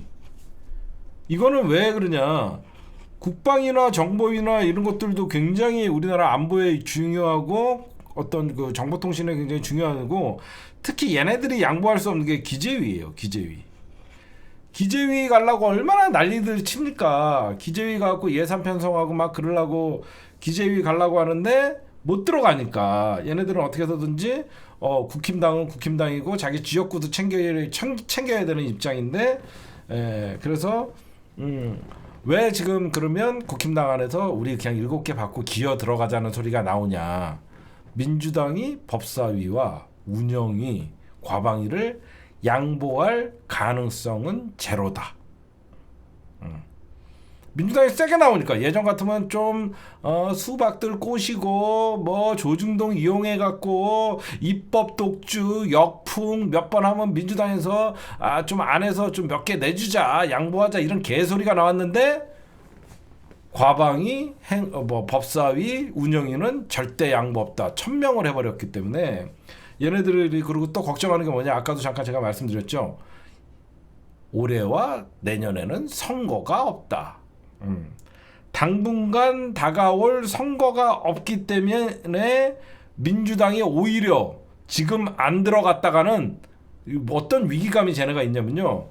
야, 쟤네들 이번에 그러면 7개도 안 먹었다가는 7개도 쟤네가 18개 다 먹을 상황인데 저러다가 민주당이 2년 동안이 아니라 4년 동안 18개 먹으면 어떻게 할 거냐. 지금 그 얘기가 나오고 있어요. 쟤네들이 착각하는 게 있어요. 2년 동안만 민주당이 법사위 운영이 과방위를 먹을 것 같냐? 아니야. 4년 동안이야. 니들이 그래서 출구 전략을 얘네들이 그래서 제가 여러분들의 정치 오랫동안 그래도 분석을 해서 출구 전략이 뭐냐면요. 새로운 당대표가 뽑힐 때까지는 안 들어올 겁니다. 새로운 당대표가 뽑힐 때까지는 안 들어오다가 새로운 당대표가 뽑히면 대승적 차원에서 7개라도 줘요. 진짜 안 줄 거죠? 안 돼 이 새끼야. 몇 번을 얘기야. 그럼 7개라도 줘요. 알았어. 그러면 새로운 당대표가 못 이긴 척하고 7개 받고 들어오려고 지금 그거예요. 근데 여러분들에게 이제 국힘당이 한동훈이가 다음 주에 국힘당 전대에 출마 선언을 한다는 얘기가 나옵니다. 그렇죠? 저는 오늘 제목같이 윤석열 결국 홍준표 버리고 한동훈 선택하나. 한동훈이가 이제 대놓고 전당대회 출마를 선언한다는 것은 윤석열과의 관계가 정리가 됐다는 겁니다. 왜 그러냐면 그동안 홍준표가 윤석열 편들어 주느라고 하루가 멀다 하고 한동훈 그 어린 놈이 새끼 얘기 듣다가 저 총선 말아먹고 이제 와서 국힘당은 차라리 해체하는 게 나아요. 뭐 이렇게 계속 떠들고 그랬는데 갑자기 한동훈이가 SNS로 나대고 국힘당의 전당대회 룰이 한동훈을 위한 전당대회 룰로 바뀌고 이러다 보니까 뭐 윤상현이나 나국상은 사실은 힘없는 존재 안철수는 그리고 유승민은 나와봐야 들러리밖에 안 되니까 이렇게 상황이 되다 보니까 정말로 윤석열과 한동훈이가 완전히 돌아올 수 없는 길 또는 견제하는 관계면 한동훈이는 사실상 외국으로 도망갔던가 이렇게 대놓고 SNS 정치를 못할 거예요. 저는 무슨 얘기를 해드리고 싶냐면 결국은 윤석열이가 힘을 잃고 결국은 한동 믿을 게 그래도 검사 후배인 왜 서로의 약점을 아니까 한동훈이가 그나마 홍준표보다는 정치권 세력들보다는 검사를 선택한 게 아니냐라는 그런 생각을 하고요. 그러면 어떤 한동훈 여러분들 이상한 일이 있습니다. 김기현이가 반 한동훈의 깃발을 올렸다. 이걸 어떻게 봐야 될까? 김기현이는 저는 죽어도 국회의원을 될 겁니다 라고 하면서 막판에 윤석열이가 이번에는 좀 안 나가면 안 됩니까? 나갈 겁니다. 그래갖고 울산에 나가고 당선됐거든. 고래고기 고래고래 소리 지르다가. 근데 이 김기현이가 그때까지만 해도 여러분들 알다시피 찰스나 나경원이나 이런 애들을 다 찍어 눌러갖고 친윤의 힘으로 김기현이가 당대표가 됐죠. 근데 김기현이가 한동훈이 나오는 거에 대해서 반기를 들었어요. 무슨 의미로 받아야 될까? 여태까지 윤심의 어떤 그 자극을 받아갖고 윤심의 지원을 받아갖고 당대표까지 했는데 김기현이는 정치인이잖아요. 판사 출신이지만 김기현이는 제가 보면 반 한동훈 깃발을 올린 거는 반 윤석열 깃발을 올린 거라고 봅니다. 전. 그게 무슨 말이냐면 김기현이는 이번 총선에서 자기가 총선을 치르고 싶어 했어요. 김기현이는 자기가 공천권 휘두르고 자기가 이번 주도로 총선을 치르고 싶었는데 대통령실에서 한동훈을 내리 꽂은 거잖아요. 그러다 보니까 지금 한동훈이를 김기현이가 뭐라고 계속 비판하냐면 실패한 리더십이다. 지난 총선에서 한동훈이가 2조 심판론을 꺼내고 결국은 총선에서 참패해놓고 무슨 낯짝으로 지금 당대표를 하겠다고 기어 나왔냐. 이렇게 지금 얘기하고 있거든요. 그러니까 이 사이가 지금 어떻게 꼬이는지는 좀 지켜봐야 되는데 결국은 김기현이는 저는 이럴 줄 알았어요. 왜 그러냐면 지금의 여러분들에게 정확히 이 현재 국민의힘의 두 개의 권력이 충돌하고 있는 게 어떤 게 있냐면요. 김기현이는 이제는 윤석열에게 눈치 볼 일이 없죠. 김기현이의 국회의원 임기가 윤석열의 임기보다 더 많이 남았으니까. 그리고 자기는 당대표도 했고 더 이상 김기현이나 영남의 중진들이 윤석열의 눈치를 볼 이유가 있다 없다? 없어요. 그렇죠? 영남의 중진들은 더 이상 윤석열의 눈치를 볼 이유가 1도 없습니다. 그럼 나머지는 뭐죠? 내년 지방선거와 차기 대통령 선거를 자기네들은 바라볼 겁니다. 지금 한동훈이가 이제 거의 캠프를 마련하고 지금 캠프를 만든다는 썰이 돌고 다음 주에 전당대회 출마를 한다라고 이게 얘기가 나온다는 거는 저는 사실상 윤석열이가 한동훈과의 대타협이 일어났다라고 생각해요. 그 대타협. 서로에 대한 약점은 건드리지 않고 자기와 각 세우지 않고 몇 년 동안은 대선 1년 전에는 각을 세워도 되지만 지금은 저는 분명히 윤석열과 한동훈이가 김건희 특검법이나 최혜병 특검법은 막기로 모종의 합의가 저는 됐다라고 생각해요. 왜 그러냐면 생각해 보십시오. 지금 윤석열의 힘은 뭐죠? 국민의힘의 두 개의 권력은 대통령실을 중심으로 하는 영남 국회의원들의 힘이에요. 윤석열은. 왜? 지가 공천했으니까. 현재 윤석열이가 버틸 수 있는 것은 친윤 세력과 영남 국회의원들이 현재의 국민의힘의 주류입니다. 그 힘, 현실적으로 국회에서는 그 힘이 더 세죠. 그러면 한동훈이의 힘은 뭐냐? 한동훈이는 당원과 수도권 사실상 탈락자들, 원외 인사들의 힘은 한동훈의 힘이에요. 시간이 지나면 지날수록 한동훈에게 미래의 권력에게 힘이 쏠릴 수밖에 없는 거예요. 그렇죠? 결국은 국힘당에서의 당대표는 수도권 중심의 원외 위원장과 한동훈도 국회의원이 아니잖아요. 당대표도 국회의원이 아니고 한동훈을 지키는 호위무사들도 당원들과 원외 인사들이라는 거죠. 그러면 윤석열의 핵심적인 힘은 친윤 세력과 현직 국회의원들, 이 세력들 간의 사실상 싸움이에요. 그러면 한동훈이가 당대표이기 때문에 한동훈이가 예를 들어서 현재까지 한동훈이가 최혜병 특검이나 또 뭐죠? 최혜병 특검이나 또 다른 사안에 대해서는 본인의 의사를 얘기하지 않았어요. 본인의 의사를 얘기하지 않았습니다. 그러면 한동훈이가 이번 총선 국민의힘의 전당대회에 나온다는 것은 당원들이나 어떻게 보면 전체적인 분위기를 봐서는 최혜병 특검을 반대할 가능성이 많죠. 만약에 최혜병 특검을 전당대회에 나와서 찬성한다라고 얘기하면 애시당초 한동훈이는 대통령실에서 제압을 했겠죠. 저는 그 생각을 해요. 한동훈이가 전당대회에 나온다는 것은 최혜병 특검과 김건희 특검은 당론으로 막기로 약속을 하고 나왔다라고 저는 생각을 합니다. 그래서 한동훈이가 그동안 최혜병 특검에 대해서는 본인의 뜻을 밝히지 않았는데 결국은 당권 주자로 거론되고 당대표 출마 선언을 하는 순간 최혜병 특검은 당론으로 부결시키기로 사실상 저는 마음을 먹고 나오는 거라고 생각을 합니다. 왜 그렇잖아요. 그래서 그러고 나서 이제 보면 이제 여러분들 생각을 해보세요. 7월 25일에 만약에 한동훈이가 당대표가 된다고 생각하십시오. 그 전에 윤석열과 한동훈의 관계가 역전당하는 거예요. 언론에서 윤석열에 대해서 비중 있게 다뤄주겠습니까? 미래의 권력이긴 한동훈에 대해서 더 다뤄주겠습니까? 실질적으로 윤석열의 말빨은 먹히지도 않을 테고 공무원들은 레임덕이 되고 결국은 국민의힘은 한동훈 쪽으로 무게 힘이 쏠릴 수밖에 없는데 그 꼴을 줄리가 보고 있을까? 절대 안 봅니다.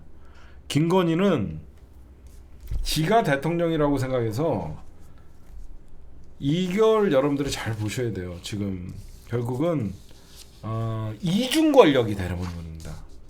국힘당의 한동훈의 권력, 결국은 수도권과 원외 지구당 위원장들, 그래서 원외 지구당을 부활하자 그런 거예요.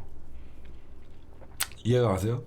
국힘당은 두 개의 권력이 싸움을 할 수밖에 없는 거예요. 그래서 한동훈이가 말도 안 되는 정치개혁을 원외 지구당의 부활을 처음에 얘기한 게 결국은 한동훈은 수도권의 원외 지구당 위원장들을 갖고 자기의 인지도 그리고 당원들 그 사람들의 힘을 입어서 한동훈이가 사실 차기 권력을 꿈꾸고 있거든요. 권력이 분산될 수밖에 없죠. 거기에 이제 영남 현역 의원들과 대통령을 중심으로 하는 한 권력, 거기에는 이제 검찰 권력도 있고, 근데 검찰 권력도 한동훈이랑은 함부로 싸울 수가 없잖아요.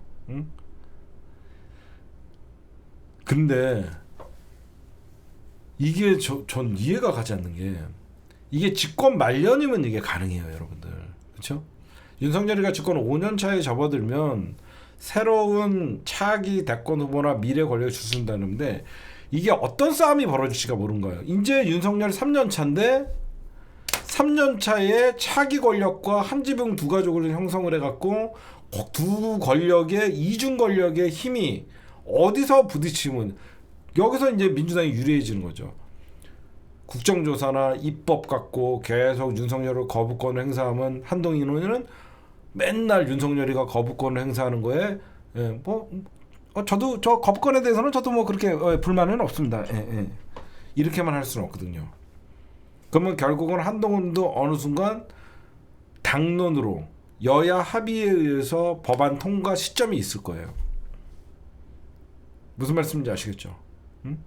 계속 윤석열은 거부권을 행사할 수밖에 없고 영남 현역들과 그러면 차기 미래 권력을 갖고 있는 한동훈 입장에서는 윤석열과 차별화를 할 수가 없는 또다시 지난 총선의 어게인 2024의 어떤 총선에 같은 바지 대표가 될 얘는 그건 안 할 거란 말이에요. 그래서 제가 예상하는 시나리오는 한동안 최혜병 특검과 김건희 특검이 올해를 강타할 거 아닙니까? 여러 가지 뭐 자초됐던 법안들 민주당이 막 밀어붙이면 올해까지는 제가 보면 한동훈이가 윤석열에게 적극 협조할 가능성이 많아요. 올해까지는 적극 협조하고 내년 이맘때부터는 어떤 식으로 갈 거냐면 국힘당에서 윤석열 탈당을 요구할 겁니다. 저는 한동훈의 전략은 윤석열 탈당 요구라고 생각해요. 왜 그러냐면 한동훈이가 아무리 발버둥을 쳐도 윤석열의 아바타라는 소리를 벗어날 수는 없어요. 현 정치 상황에서는 한동훈과 윤석열은 한 몸이라고 생각하고 한동훈은 윤석열의 아바타라고 생각하지만 한 방에 그 생각을 종식시킬 수 있는 것은 국민의힘에서 윤석열을 탈당 요구를 하면 윤석열 탈당을 요구를 하는 순간 한동훈과 윤석열은 차별화가 되는 거예요. 저는 그거를 아니면 윤석열이가 스스로 탈당 그 두 가지 중에요. 내후년이죠. 2026년까지 만약에 윤석열이가 탄핵이 안 남아가면 내년까지는 국민의힘 소속에 있다가 지방선거를 앞두고 윤석열이 탈당할 가능성이 많습니다. 윤석열이 지방선거를 앞두고 당에 부담을 주지 않기 위해서라고 하면서 탈당하는 모습을 보여주든가 아니면 한동훈이의 어떤 미래 권력의 힘을 실어주기 위해서 한동훈이가 윤석열에게 탈당 요구를. 왜 그러면 2026년이면 그러니까 지방선거 있는 애는 사실상 윤석열이가 집권 4년 차잖아요. 여러분들이 보셔도 이 시나리오가 가능하죠. 올해까지 가장 시급한 것은 최혜병 특검은 윤석열을 겨냥하고 김건희 특검은 당연히 김건희를 겨냥하기 때문에 이것만 막아달라라고 하면서 저는 모종의 거래가 있고 내년부터는 내가 당에 협조를 하겠다라고 얘기할 가능성이 저는 충분하다라고 생각해요. 결국은 스스로 탈당한다든가 아니면 근데 아마 그 불편한 동거가 시작되는 순간 엄청난 싸움이 벌어질 거예요. 왜 그러냐면 영남의 친윤 세력 배지 단 새끼들 입장에서는 얼마나 기분 좋겠어요. 근데 자기네들은 거기 공천만 받으면 경북 TK 지역은 공천만 받으면 자기네들이 국회의원 배지 다니까. 근데 지금 여러분들 수도권에 가장 많은 수도권에 122석인가요? 120 몇 석이 있잖아요. 서울, 경기, 인천에.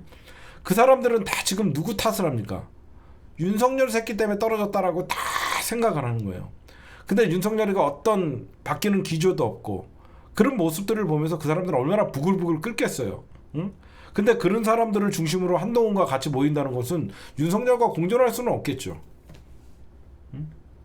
그래서 제가 보면 결국은 윤석열은 총선이 끝나고 화살이 전부 자기한테 올 때는 홍준표랑 소주 마셔가면서 홍준표한테 대신 윤석열 까달라고 하고 실질적으로 이제 탄핵 정국이 오거나 특검 정국이 오니까는 실질적인 당대표로서 힘을 발휘할 수 있는 한동훈을 결국은 선택을 해서 제가 분명히 예상하는 건 조만간 홍준표가 윤석열 크게 한번 씹을 겁니다. 홍준표가 결국은 배신감을 느껴갖고 윤석열한테 크게 한번 씹을 겁니다. 이런 대통령 처음 봤어요. 그만둬야 되지 않을까요? 막 그러면서 크게 한번 씹을 겁니다. 그리고 한동훈이가 여러분들 얼마 전에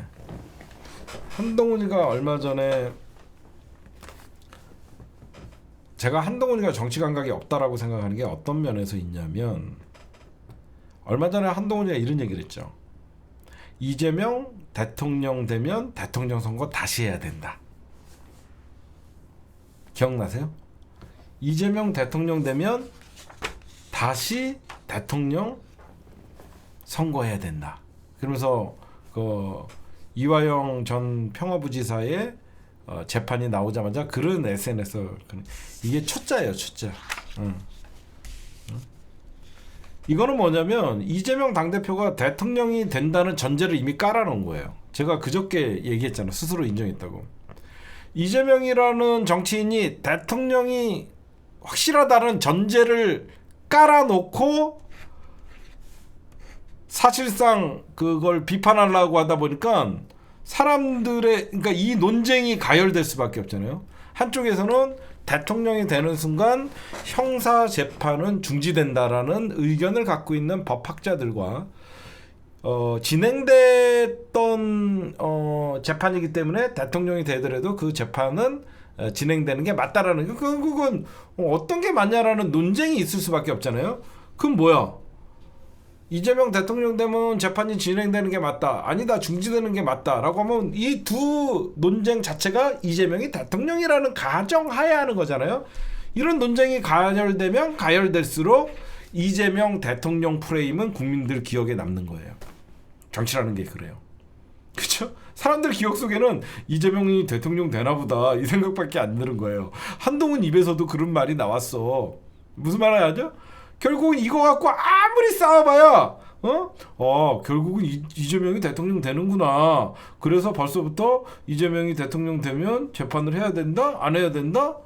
이 얘기가 그러니까 사람들 머릿속에는 이재명 대통령이라는 프레임이 각인되는 거예요. 그래서 멍청하고 초짜라는 겁니다. 이런 거는 결국 한동훈이가 띄운 게 헌법 84조인데 이거는 정답도 없고 결국은 논쟁밖에 없는데 느닷없이 이거는 뒷단에는 전략이라고 썼겠지만 그냥 바보예요. 그럼 뭐냐? 결국은 한동훈이는 총선에서 그렇게 2조 심판론 꺼냈다가 깨져놓고도 아직도 당대표 나온다는 새끼가 이재명 리스크를 얘기한다는 거는 우리는 한동훈이가 나오면 땡큐다라고 여러분들에게 말씀드리고 싶은 거예요. 뭔 말인지 아시죠? 그렇게 총선에서 이재명 조국 까면서 심판론 했다가 참패를 했으면 이제는 뭐 집권 여당의 당대표는 좀 국민 민생도 살피고 좀 큰 정치를 해야 된다 이런 생각을 안 하고 대한민국 헌법에는 84조가 있습니다. 그 84조에는 재판 중인 사건은 현재 이재명 당대표는 여러 가지 재판에 있기 때문에 이재명 당대표는 재판이 진행되면 대통령이 당선돼도 이재명 당대표는 대통령직을 내려올 수밖에 없습니다. 이 개소리 한 거거든. 그냥 그것도 지도 미래에 차기 대권 후보라는 놈의 입에서 이재명이 대통령이 된다는 사실을 기정해 놓은 거예요. 바보라는 소리예요. 결국은 우리가 지켜봐야 될 거는 최혜병 특검을 속조돈으로 해서 거부권 행사하면 다시 국회로 15일 안에 들어오면 민주당이 국회를 바로 열어갖고 재상정하고 국힘당 전당대회에서 파란이 일어나고 어떤 놈은 최혜병 특검 받는다 어떤 놈은 못 받는다 그럼 거기서 여론이 움직일 테고 최혜병 특검이 받는 게 맞다라고 하는 어떤 캠프에서는 그 의원들을 지네가 알아서 작업을 하고 결국은 국힘당 전당대회에서도 최혜병 특검이 받냐 마냐가 가장 큰 주요 사안이 될 것이다. 그렇죠? 앞으로 국민의힘은 국민들에게 회초리를 맞았으니까 정정당당하게 다가야 됩니다라고 얘기하는 사람은 박수를 받을 테고 지금까지 그래왔듯이 저희 정당은 늘 야당의 저런 폭주를 견제를 해야 됩니다. 저희가 민주당의 저런 횡포에 대해서 잘 싸워야만 된다고 생각합니다. 이런 개소리하면 심판받는 것이고 진짜 여러분들이 보시면 이렇게 아마 나가면 어떤 사람이 내가 질투심이 많고 그냥 여러분들이 이게 보시면 그래서 국힘당의 전당대회가 분수령이 될 겁니다.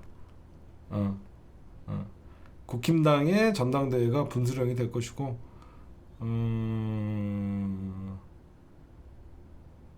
그래서 아마 새로운 당대표가 7개 받으면서 기어 들어갈 거예요. 그래서 저는 저걸 좀 보고 싶어요. 유승민이가 이번에 나오냐 안 나오냐. 진짜로 유승민이가 이번 전당대회에 나오냐 안 나오냐 저는 오히려 그걸 봐요. 그러면 민주당의 최악수는 유승민 같은 사람이 당대표 되는 거예요. 유승민 사람 같은 사람들이 당대표 되면 민주당 지지율 폭망합니다. 오히려 한동훈이나 이런 애들이 나와갖고 당대표 되는 게 낫죠. 네, 오늘의 심층 분석 2부는 여기까지. 네, 3부 시작하도록 하겠습니다. 지금 여러분들 전 세계에서 이제 2개의 전쟁이 펼쳐지고 있어요. 한 군데는 우즈벡이랑 러시아가 전쟁을 하고 있고 또 하나는 이스라엘과 팔레스타인의 전쟁이 지금 펼쳐지고 있죠. 갑자기 이렇게 전쟁이 막 납니다. 우즈벡이랑 러시아의 전쟁이 먼저 나고 그러고 나서 이제 이스라엘의 어떤 또 영토 전쟁이 벌어진 거예요. 그리고 그 전쟁 이면에는 또 미중 패권의 싸움이 있고 또 남북 문제가 있고 양안 문제가 있고 중국과 대만의 문제가 있고 여러 가지가 다 복잡하게 얽혀져 있어요. 그럼 현재 이제 중동에서도 전쟁의 기미가 이제 여기저기서 보이기도 하고 그 다음에 벌어질 거는 뭐 세계 전쟁이라고 예상하시는 분들도 있고. 그럼 왜 이렇게 그러면 전쟁의 소용돌이에 그럼 빠지냐? 그러면 그동안엔 전쟁은 그렇게 없는 좀 평온한 시대를 우리가 겪었어요. 결국은 전 세계에서 전쟁을 주도하는 나라는 미국이고 그 미국의 주도하에 전쟁이 여기저기 곳곳에서 벌어지고 그 미국과 이제 러시아의 어떤 양강 구도가 사실상 군사력에서는 1, 2위를 다투기 때문에 전쟁이 벌어진다고 과언이 아닌데 그럼 왜 그동안은 전쟁이 그렇게 많지 않았냐? 그럼 왜 요즘 갑자기 전쟁의 위기가 곳곳에서 발생하냐? 이 세계화라는 신자유주의 시대의 몰락과 함께 일어나는 겁니다.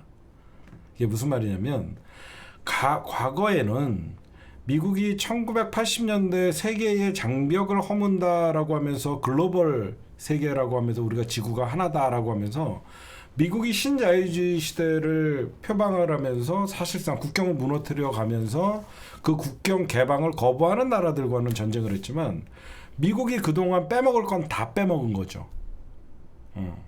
그러다가 지금은 이제 전쟁이 벌어지는 이유가 이제 딴 게 아니죠. 신자유주의 시대의 종말과 함께 자국 보호라는 실익을 더 이제 챙기는 현상이 벌어지는 거예요. 이제 신자유주의 시대로 미국이 중국과의 어떤 패권 전쟁에서 얻을 수 있는 이익이 없다는 거예요. 이게 무슨 말인지 아시겠죠? 결국은 신자유주의 시대를 팽창하면서 미국이 세계 금융을 달러 패권으로 휘어잡았지만 그 가운데 세계화의 가장 수혜를 본 건 오히려 중국이었다는 거예요. 중국이 결국은 전 세계의 공장이 되고 중국이 위안화의 힘으로 인구의 힘으로 중국이 미국의 패권을 위협하는 데까지 따라갔다는 거죠. 그래서 결국은 신자유주의 시대의 폐막은 중국의 팽창을 억제하기 위해서 사실상 미국이 종료를 선언했다라고 저는 그렇게 봐요. 그래도 미국을 어떤 패권 두 나라의 패권 전쟁이 이런 얘기를 하지만 결국은 과거에 미국과 중국의 경제력이나 이런 많은 차이가 벌어졌던 거에서 어느 정도 그 차이를 좁히는 수준밖에 안 돼요. 지금도 아직은 미국과 중국은 어마어마한 경제력 차이가 벌어져 있죠. 우리가 여러분들 신자유주의 시대 세계화라는 이런 명목하에 전 세계가 국경을 개방하고 FTA를 하고 그런 얘기 제가 자주 했잖아요. 거기에서 이제 가장 삐그덕거렸던 게 언제냐면 바로 2016년도에 있었던 영국의 EU 탈퇴예요. 그게 브렉시트 사태죠. 그렇죠? 영국이 여러분들 EU라는 것은 유럽이 하나의 공동체로서 미국의 패권에 대항하기 위해서 만들었고 사실상 유럽은 하나의 나라라고 하면서 국경을 허물어 버렸던 거잖아요. 유럽이 국경을 다 허물어 버렸던 거 아니에요. 그래서 EU라는 조직으로 사실상 세계화가 진행됐던 거잖아요.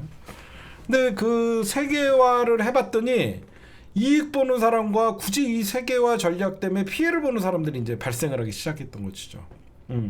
그 EU라는 나라 집단 안에서도 빈익빈 부익부가 이제 생겨나기 시작하고 거기서 이제 가장 EU를 탈퇴를 하면서 영국이 브렉시트를 선언하면서 그게 2016년의 그 현상이에요.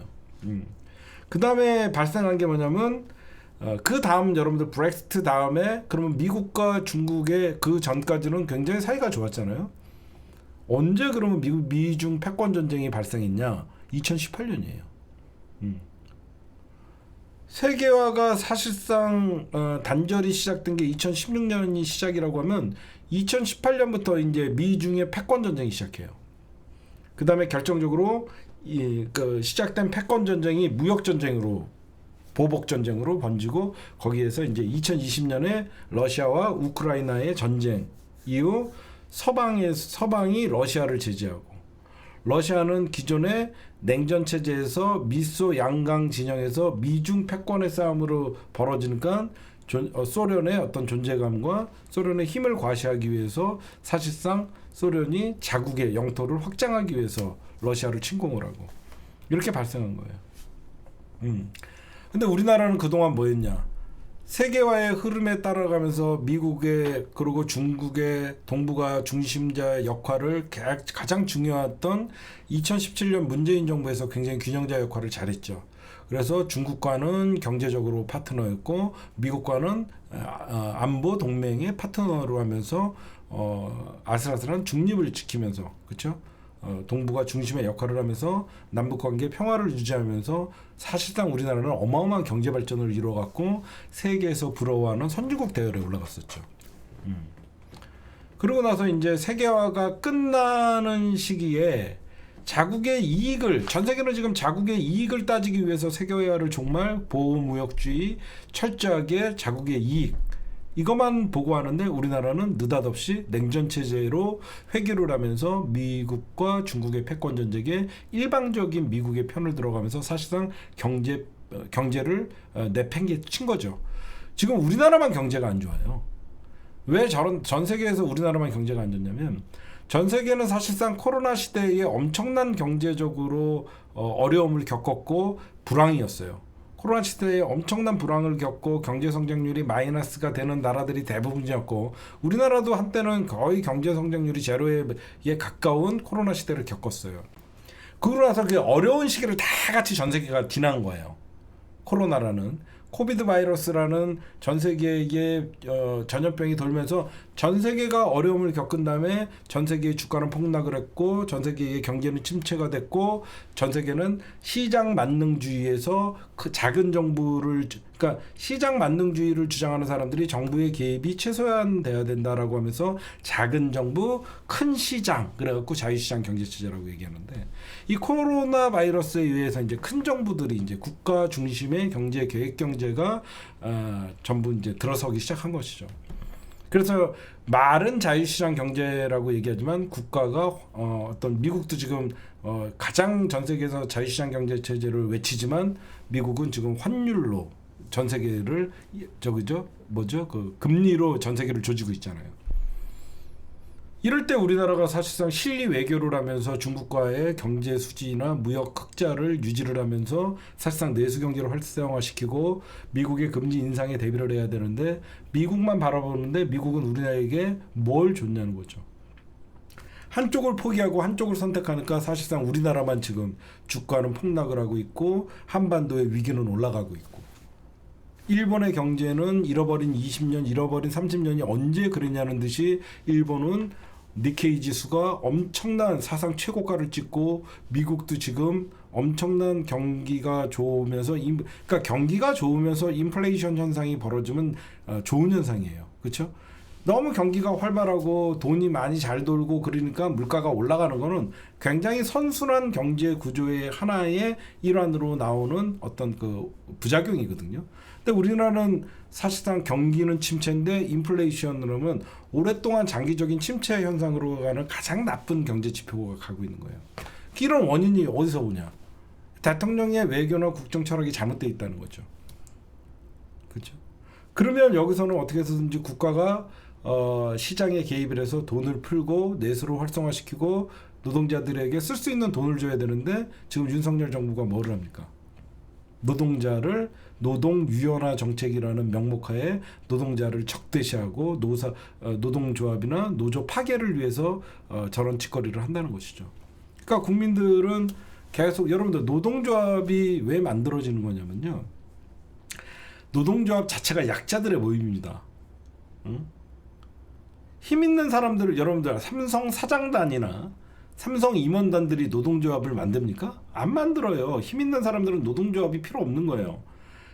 한 명 한 명 힘없는 노동자들이지만 그 사람들이 힘을 합쳐서 노조를 만들고 그 노조가 힘없는 사람들이 사장단과 임금 협상 및 노동 시간의 협상을 하기 위해서 약자가 만드는 게 노동조합이에요. 근데 우리나라의 정부는 자유시장 경제체제의 노조가 악의적인 존재다라고 하면서 노조 적대시하는 정책을 펼치면서 이렇게, 그러니까 윤석열의 자유시장 경제라는 이해도가 낮은 거예요. 자유시장 경제라고 떠들지만 그 자유시장 경제의 가장 기본적인 어떤 조항은 뭐냐면, 개인과 기업이 경제상의 자유와 창의를 서로 간에 존중해야 되는 거예요. 무슨 말씀인지 아시겠죠?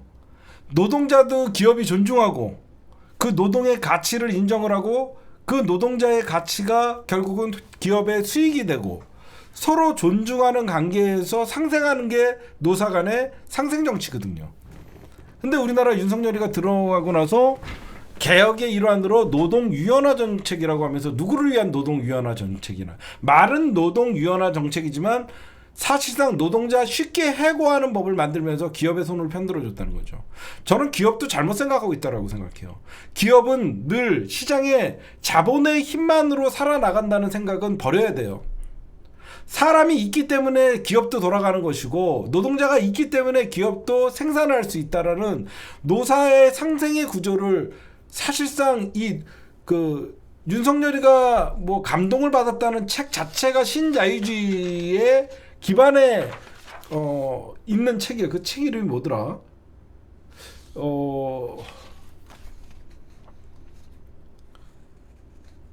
윤석열이가 감동을 받았다는 선택할 자유. 윤석열이가 인생책으로 뽑은 책에 프리드먼의 선택할 자유예요. 이 사람은 누구냐면요, 자유시장 경제론을 만든 사람이에요.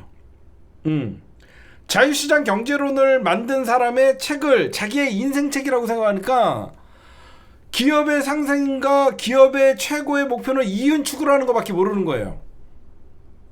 아무리 자유시장 체계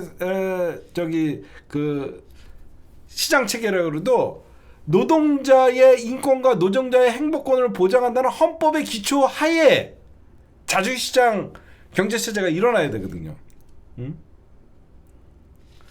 헌법에도 보장되어 있는 거군요. 근데 제가 여러분들에게 앞으로는 저는 이런 생각을 해요. 결국은 세계화 전략 이제는 종식됐죠. 1980년에 일어났던 세계화 전략이 거의 한 35, 6년 만에 이제 끝나고 결국 이제 자국 보호무역, 자국 이익 중심으로 생각해 보세요. 세계화라는 건 뭐죠? 여기도 우리 동네, 여기도 우리 동네 하면서 다 같이 친하게 지내는 게 세계화 전략이에요. 근데 어느 순간 국경을 닫아버리고 보호무역을 한다는 거는 뭐죠? 전쟁의 위험이 올라가는 거죠. 왜 전쟁이 많이 나는지 이해가 가시죠. 이제 세계화 전략이 끝나다 보니까 모든 나라가 자기의 이익만 따지고 자기의 보호만 하려고 하니까 다른 보호하려고 하는 세력들과 싸움이 날 수밖에 없다는 거예요. 전에는 전 세계가 하나니까 서로 무역을 트고 국경을 허물고 전쟁 날 일이 없었던 거예요.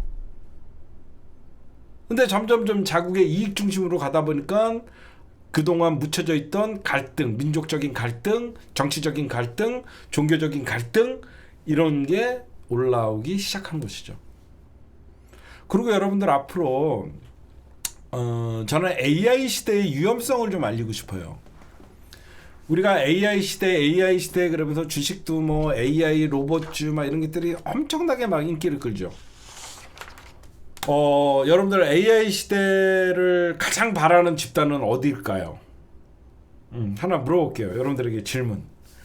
AI 시대를 빨리 완성을 해서 메이드 시키고 싶은 집단은 기업이에요. 기업. 기업과 자본가들. 기업과 자본가들은 AI 시대가 되면 어떻게 되죠? 노동자가 필요가 없죠. 노동자가 필요 없으면 어떻게 되죠? 노사 분규가 없습니다. 자본가들과 기업들은요, 인간이 할 수 있는 일을 로봇이 하면 로봇이 저항하지 않잖아요. 모르지, 또 나중에 AI가 인공지능이 너무 발달해갖고 파업을 할지, 로봇 파업이 일어날 수도 있겠죠. 그러니까 우리가 점점점 전 세계는 탈세계화가 진행돼가고 있고, 탈세계화가 진행되는 것은 국제 질서가 무너지고 있고, 그래서 전쟁이 발생하는 것이고, 점점 인간은 설 자리가 점점점 없어지고, 그러다 보니까 점점점 인간은 궁핍해지고 부는 있는 자들에게 쏠릴 수밖에 없고, 그래서 이제는 국가가, 큰 정부가 개입을 해서 그래서 이재명 당대표나 앞으로 미래 학자들이 볼 때는 기본소득이라는 얘기들이 나오는 거예요. 몇 년 전이었나요? 몇 년 전에 아마 스위스에서 전 국민 300만 원을 주는 거에 대해서 찬반 투표를 했어요. 찬반 투표를 했는데, 거기에서 이제 그런 스위스라는 나라에서도 아마 부결된 게 있는 것 같아요. 우리가 사는 시대가 전부 이제 지금 여러분들 다양한 직업을 갖고 있죠. 여러분들 아마 다양한 직업을 갖고 있을 겁니다.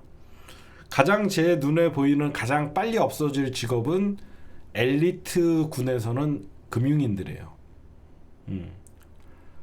금융권들 이제 점점 예전에는 우리 은행 가면 띵동 하면서 막 데스크 그러니까 텔러라고 하죠. 앞에 1번부터 막 창구라고 하죠. 창구 업무 지금 거의 없죠. 요즘 웬만하면 스마트 뱅킹 또는 ATM 다 끝납니다. 오로지 지금 유일하게 은행에서 비중 있게 다루는 거는 여신 기업이에요. 기업들의 대출 문제는 아직까지는 그 사람들이 처리하고 있어요. 그것도 이제 나중에는 기업들의 자산 규모 여러 가지 뭐 분석을 하겠죠. 그런 게 가장 먼저 없어질 거고, 요즘 식당 가면 여러분들 막 로봇이 오죠. 그렇죠? 로봇이 와요. 그 로봇이 결국은 일자리 한두 개를 줄이는 거고, 또 한쪽에서는 또 이제 음식을 만드는 기계도 있더라고요. 과연 저는 나중에 우리가 인류가 결국은 자본주의 사회에서는 노동의 대가로 어떤 화폐를 취득을 해서 그 경제 활동을 해야 되는데, 우리나라가 지금 어떻게 보면 이승만 박정희 시대는 농경 사회에서 전두환 노태우 쪽으로 넘어가면서 사실상 이제 산업화 사회를 거치면서 박정희 시대 말기에 산업화 시대, 그다음에 전두환 시대 개발도상국으로 하면서 김대중 노무현 정부 때 정보화 시대로 우리가 올라갔죠. 대한민국이 경제 발전을 다른 나라에 비해서 급속도로 할 수 있었던 게, 다른 나라가 먼저 농경사회에서 산업사회, 산업사회에서 정보화사회, 정보화사회에서 어떤 미래 가치적인 뭐 AI 사회 뭐 이런 게 전환이 우리나라가 유일하게 다 느리다가 산업사회에서 정보화사회로 바뀔 때 우리나라가 가장 선두권에 있는 역할을 했던 거예요. 그래서 우리나라가 뒤처지지가 않았던 거예요. 여러분들도 아시잖아요. 전 세계에서 우리나라가 그 ADSL, 메가패스 뭐 이렇게 하면서 인터넷 전산망이 미국보다도 우리가 빠르게 깔렸었단 말이에요. 그러면서 이제 정보화 사회와 IT라는 기술이 전 세계를 주도를 했던 게, 물론 미국에서의 어떤 그 가장 그 핵심적인 뭐 인텔이나 그 마이크로소프트나 아직도 그쪽에서 모든 걸 주도하고 있지만, 우리나라는 나름 정보화 사회는 가장 빠르게 진입을 했거든요. 이명박근혜 정부가 들어서고 나서 이제 우리나라가 조금 주춤했던 게 뭐냐면, 정보화 사회에서 이제 그 다음 산업 사회의 전환이 느린 거예요. 그 다음. 그러니까 그래서 우리가 미래에는, 그러니까 문재인 정부에서 그러니까 전 세계가 지금 정보화 사회에서 이제 넘어가는 단계가 뭐냐면 친환경 사회, 친환경 사업. 그래서 아리백이 등장하는 것이고, 모든 게 탄소 중량제라는 걸 해갖고 전 세계가 탄소를 줄이자 그러면서 모든 사회가 이제 환경과 인간의 관계를 이제 생각하는 단계가 넘어간 거죠. 근데 대한민국 대통령이 아리백이 뭡니까? 제가 벌써부터 우리나라는 이만큼 다른 나라는 친환경 사업과, 그래서 여러분들 알다시피 어떤 내연 기관차들이 없어지고 전 세계는 또 전기차로 보급이 되고, 그런 산업에 이제 흐름이 있는 거거든요. 그러니까 우리나라가 사실 지도자의 필요성이 내가 무능하면 좋은 사람들을 쓰면 되거든요. 저는 윤석열은 무능의 극치고 김건희는 정말로 사치의 극치라고 생각해요. 그리고 사심의 극치고, 윤석열은 몰라도요, 만약에 윤석열이가 귀가 열려있고 정말 대한민국이라는 대통령의 입장에서 국정을 운영할 마음이 있었다 그러면 좋은 사람들을 쓰면 돼요. 근데 저는 자기가 무능한데 좋은 사람을 쓰면 된다라는, 제가 방금 이 말을 한 것도 모순이라고 생각해요. 무능하기 때문에 좋은 사람을 알아보지 못하는 것이죠. 무능하니까 오로지 지가 아는 동네 선배, 학교 선배, 동기, 결국은 학연과 지연에 목매달 수밖에 없고, 그런 어떤 전문적인 분야의 어떤 일을 할 수 있는 사람들이 없기 때문에 지금 전 세계에서 이제는 우리나라는 개발도상국 수준으로 전락할 수밖에 없고, 그 가장 그 위기가 뭐냐면 저출산이에요. 저는 만약에 제가 여러분들에게 농담처럼 게테르테가 되고 대통령 딴 거 없어요. 대한민국 진짜 이 저출산 문제는요, 대한민국에게는 나라의 존폐의 위기예요. 존폐의 위기예요. 대한민국 없어질 수 있는 나라예요. 어떻게 하면 되냐? 남북 통일하면 돼요. 남북 통일하면 끝나는 거예요, 사실. 대한민국이라는 나라가 없어질 존폐의 위기에 있는데, 그러면 대한민국 인구 5천만과 북한 인구 3천만이 합쳐지면 8천만이 정말 노동력과 기술력으로 하면, 저는 그래서 남북 관계를 전 세계가 왜 이렇게 남북 통일을 못하게끔 막냐? 통일된 대한민국은 대륙을 끼고 있는 사실상 지리적으로 가장 부러워하는 땅이 되거든요. 그렇잖아요. 우리나라 같은 경우에는 여러분들이 보시면 삼면이 바다에 있기 때문에 우리나라는 비행기 안 이상 외국을 나갈 방법이 없습니다. 그렇죠. 우리나라 일본은 섬나라라고 욕할 게 없어요. 통일되는 순간 우리는 유럽까지 이어지는 대륙 국가가 되는 거예요. 대륙의 한 끝을 차지하고 있는 해양 자원이 풍부한 삼면이 바다인 나라가 되는 것이죠. 어마어마한 지리적으로 풍성한 나라이기 때문에 예전부터 대한민국을 호시탐탐 노리고 외세의 침입이 많았던 거예요. 그죠? 우리나라는 갇혀 있잖아요. 그래서 제가 뭐 오늘 여러분들이 지금 전 세계적으로 막 전쟁이 나고 경기는 안 좋고 점점 일자리는 없어지고 그런 거는 그러니까 전 세계가 이제 탈세계화 전략을 하고 자국 보호주의를, 보호무역과 보호주의를 자국 이익 중심의 세계가 되다 보니까 여러 가지 없었던 갈등이 돌출되는 것이고, 전 세계가 점점점 대립이 심해지고, 미중 갈등에 의해서 주변 국가들이 더욱더 피해를 보고, 미국이 금리 올리는 거 왜 올리겠어요? 자기네 인플레이션 잡으려고 하잖아요. 말은 자기네 인플레이션 잡으려고 변명을 하고 얘기하지만, 미국이 얼마든지 예전같이 다른 나라 경제들을 조금만 생각해, 지금 사실 여러분들 동남아시아나 개발도상국들은 이 금리 때문에 가장 충격을 먹거든요.